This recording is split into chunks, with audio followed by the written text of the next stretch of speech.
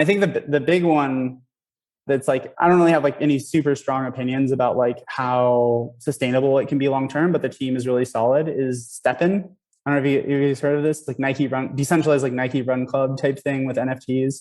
What I think is interesting about that, so I think this is the most popular DApp in crypto by a wide margin. Oh, wow. I think they're racking up like 500 to 750,000 daily users, something like that, at the peak. And so what's interesting about STEPN from my perspective is like, it's like a fun little game, and they needed some like financial services to get off the ground with their app, right? And so like they decided to go like the DeFi route rather than going to like a traditional financial institution or integrating with like some centralized exchange for their token swaps in app and stuff like that, and like their NFT purchases. And so it's interesting that they went to this protocol called Orca, which is like kind of similar to maybe like Uniswap. It's like an AMM protocol.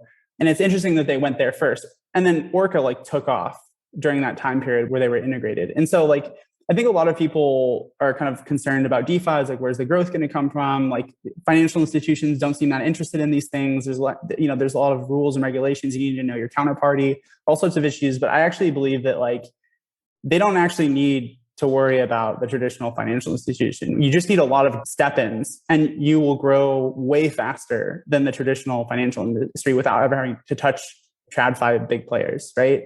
And so I think what we'll see with like DeFi, and I think it kind of exemplified by the STEPN Orca integration, is like just this long tail of games and like Web3 apps that people start to love, and they just like plug into the DeFi ecosystem as their financial services base.